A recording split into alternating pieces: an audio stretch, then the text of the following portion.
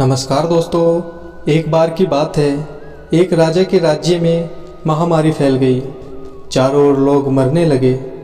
राजा ने इसे रोकने के लिए बहुत सारे उपाय करवाए, मगर कुछ असर न हुआ और लोग मरते रहे। दुखी राजा ईश्वर से प्रार्थना करने लगा। तभी अचानक आकाशवाणी हुई। आसमान से आवाज़ आई कि हे राजा, तुम्हारी राजधानी के बीचों बीच जो पुराना सूखा कुआं है, अगर अमावस्या की रात को राज्य के प्रत्येक घर से एक एक बाल्टी दूध उस कुएं में डाला जाए तो अगली ही सुबह यह महामारी समाप्त हो जाएगी और लोगों का मरना बंद हो जाएगा।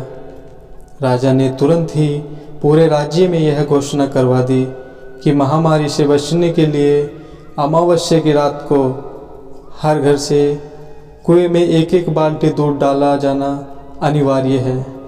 अमावस्या की रात जब लोगों को कुएं में दूध डालना था, उसी रात राज्य में रहने वाली एक चालाक एवं कंजूस बुढ़िया ने सोचा कि सारे लोग तो कुएं में दूध डालेंगे ही, और अगर मैं अकेली एक बाल्टी पानी डाल दूँ तो किसी को क्या पता चलेगा। इसी विचार से उस कंजूस बुढ़िया ने रात में चुपचाप एक बाल्टी पानी कुएं में डाल दिया। अगले दिन जब सुबह हुई तो लोग वैसे ही मर रहे थे।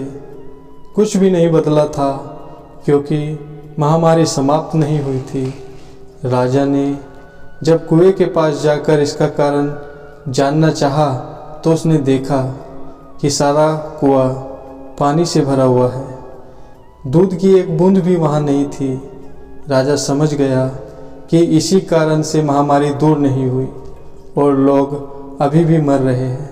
दरअसल ऐसा इसलिए हुआ क्योंकि जो विचार उस बुढ़िया के मन में आया था, वही विचार पूरे राज्य के लोगों के मन में आ गया और किसी ने भी कुएं में दूध नहीं डाला।